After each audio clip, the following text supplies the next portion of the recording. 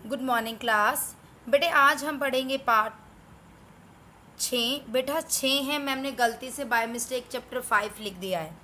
ठीक है, ये पार्ट हमारा 6 है। हमारे पार्ट का नाम है शूरवीर। ठीक है बेटा, उसके शब्दार्थ करेंगे, प्रश्न उत्तर और अभ्यास। चलिए पहले पोयम पढ़ते हैं। सच है विपत्ति जब आती है, कायर को ही दहलाती है। सूरमा नहीं विचलित होते, क्षण एक नहीं धीरज खोते। विघ्नों को गले लगाते हैं, कांटों में राह बनाते हैं। तो इस कविता के कवि हैं दिनकर जी। ठीक है, तो कवि दिनकर जी कहते हैं कि मुसीबत जब आती है, विपत्ति जब आती है यानी कि मुसीबत जब आती है, तो कमज़ोर व्यक्ति यानी कि कायर व्यक्ति उससे घबरा जाते हैं। सूरमा नहीं विचलित होते। सूरमा कौन होते हैं? बहादुर व्यक्ति। ठीक है, वीर पुरुष अपने मार्ग से विचलित नहीं होते हैं। क्षण एक नहीं धीरज खोते, विघ्नों को गले लगाते हैं। वे जरा सी देर के लिए भी अपना धैर्य नहीं छोड़ते। विघ्नों को गले लगाते हैं, कांटों में राह बनाते हैं। वे विघ्नों और परेशानियों को धैर्य से अपनाकर उनका सामना करते हुए हर समस्या का समाधान ढूंढ लेते हैं, अर्थात वे कांटों में भी रास्ता बना लेते हैं। है कौन विघ्न ऐसा जग में टिक सके आदमी के मग में। खम ठोक ठेलता है जब नर, पर्वत के जाते पांव उखड़। मानव जब जोर लगाता है, पत्थर पानी बन जाता है। तो इन पंक्तियों में कवि दिनकर जी कहते हैं कि कोई भी मुसीबत, कि संसार में ऐसी कोई भी मुसीबत नहीं है जो बहादुर व्यक्ति का रास्ता रोक सके। खम ठोक लेता है जब नर, जब पुरुषार्थी मनुष्य उत्साह से आगे बढ़ता है। पर्वत के जाते पांव उखड़, तब पर्वत भी हिल जाता है। मानव जब जोर लगाता है, पत्थर पानी बन जाता है। तो कवि कहते हैं कि जब मनुष्य अपनी कार्य क्षमता प्रदर्शित करता है, यानी कि जब मनुष्य जोर लगाता है, मेहनत से काम करता है, तो वह असंभव काम को भी संभव कर देता है, अर्थात पत्थर पिघलकर पानी का रूप धारण कर लेता है। आगे है, गुण बड़े एक से एक प्रखर, है छिपे मानव के भीतर। कवि कहते हैं कि गुण बड़े एक से एक प्रखर, है छिपे मानवों के भीतर। मेहंदी में जैसी लाली हो, वृत्तिका बीच उजियाली हो। बत्ती जो नहीं जलाता है, रोशनी नहीं पाता है।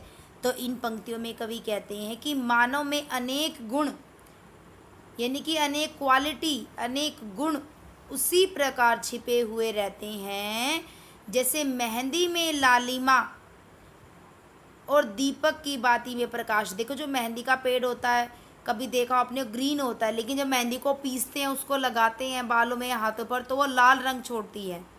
ठीक है, तो कवि इसलिए कहता है कि मानव में अनेक गुण ठीक उसी प्रकार छिपे हुए हैं जैसे मेहंदी में लालिमा और दीपक की बाती में प्रकाश।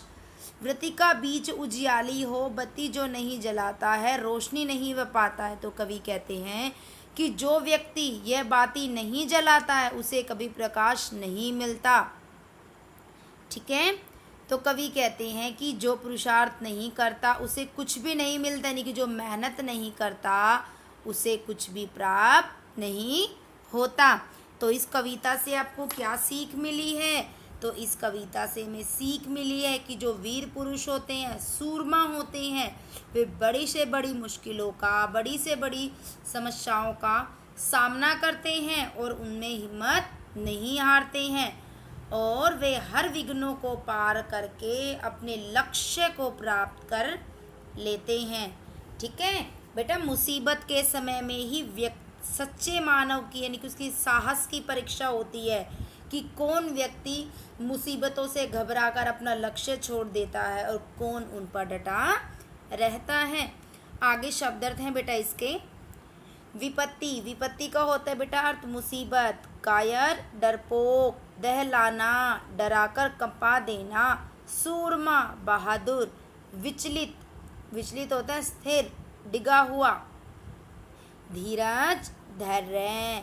विघ्न बाधा। मग मार्ग। प्रखर तेज। वर्तिका बत्ती, यानी कि जो जोत जलाते हैं।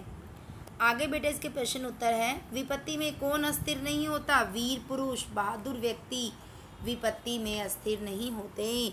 विघ्नों को स्वीकार करने से क्या होता है? विघ्नों को स्वीकार करके हम उनका हल खोजते हैं। कांटे से कवि का क्या तात्पर्य है? कवि ने समस्याओं को, मुसीबतों को कांटे कहा है। विपत्ति में डर से कौन कांपता है और क्यों? विपत्ति में डर से कायर व्यक्ति कांपता है क्योंकि वह अपना धैर्य खो देता है, वह मुसीबतों को देखकर घबरा जाता है। विपत्ति आने पर शूरवीर क्या करते हैं? शूरवीर परेशानियों को धैर्य से अपनाकर उनका सामना करते हुए उनका समाधान ढूंढते हैं। मनुष्य के सामने का पर्वत भी डावाडोल हो जाते हैं। जब पुरुषार्थी मनुष्य उत्साह से आगे बढ़ता है तब पहाड़ भी हिल जाता है। पत्थर पानी का बन जाता है। मनुष्य जब अपनी कार्य क्षमता प्रदर्शित करता है तब असंभव काम संभव हो जाते हैं, जैसे कि पत्थर पिघलकर पानी का रूप ले लेता है। मनुष्य में गुण किस प्रकार से छिपे हैं? मानव में अनेक गुण ठीक उसी प्रकार से छिपे हुए हैं। देखो मैम ने पोएम में, कविता में भी समझाया था कि जिस प्रकार मेहंदी में लालिमा और दीपक की बाती में प्रकाश। आगे एक्सरसाइज है बेटा यहाँ तक। ये रिक्त स्थान आपको फिल करनी है पोयम में से देखकर। है कौन विघ्न ऐसा जग में टिक सके आदमी के मग में? खम ठोक ले ठेलता है जब नर, पर्वत के जाते पांव उखड़।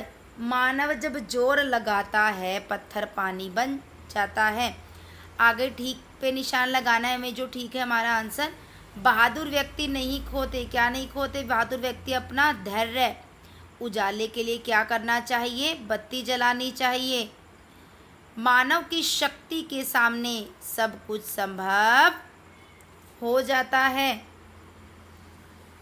आगे है समानार्थी शब्द चुनकर लिखने। बेटा में हेल्प बॉक्स दिया गया है। रहा, रहा का हो जाएगा बेटा रास्ता। मग, नर का हो जाएगा आदमी मानव। जग, विश्व दुनिया। पर्वत, पर्वत का हो जाएगा पहाड़। नग, पत्थर, पत्थर का हो जाएगा पाहन अश्म। आगे है रोशनी, रोशनी का हो जाएगा बेटा प्रकाश। और दूसरा क्या है यहाँ पर जो हमें दिया गया है? उजाला। आगे हैं दिए गए शब्दों को अर्थानुसार वाक्य में प्रयोग करना बेटा। जग, देखो इनके दो दो अर्थ बताए गए हैं। जग एक होता है दुनिया, एक होता है बर्तन। जैसे कि देखा ना अपने जग, हम पानी भी डालते हैं जग में, तो इसे वाक्य बनाया। वाक्य आप अपने आप से भी बना सकते हो और ये भी बना सकते हो जो मैम ने कराए हैं। यह जग बहुत बड़ा है। अब दूसरा जग देखो, एक बर्तन। मेरे घर में एक जग है। आगे है मग, मग का होता है मार्ग और मग्घा। राम, तुम्हें सही मग पर चलना चाहिए, कि तुम्हें सही रास्ते पर चलना चाहिए। उसके बाद है मग्घा, मग्घा देखते हैं जैसे कि हम बाथरूम में ना तो उसको बोलते हैं मग्घा, तो मेरे घर में एक मग है। आगे है पानी, पानी के भी देखो जल और दूसरा क्या बताया गया इसका अर्थ चमक।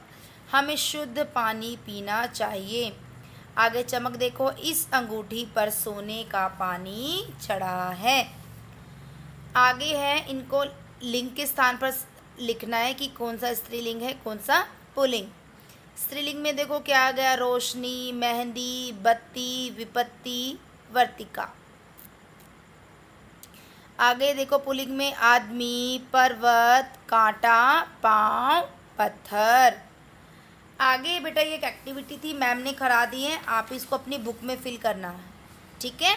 नीचे कुछ ऐसे ऐतिहासिक शूरवीर योद्धाओं के चित्र हैं जिन्होंने अपने साहस और पराक्रम से विपरीत परिस्थितियों में भी सफलता प्राप्त की है। इनको पहचान कर लिखना है बेटा। देखो सबसे पहले हमें किस चीज़ का, किनका चित्र दिख रहा है? छत्रपति शिवाजी।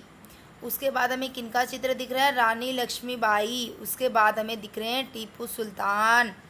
और सबसे लास्ट में क्या कौन है? भगत सिंह। बेटा इन्होंने मुसीबत के समय में अपना धैर्य नहीं छोड़ा था, हर परिस्थिति का डटकर सामना किया था, ठीक है।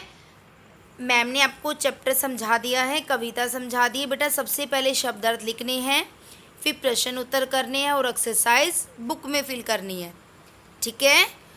Okay, bye class.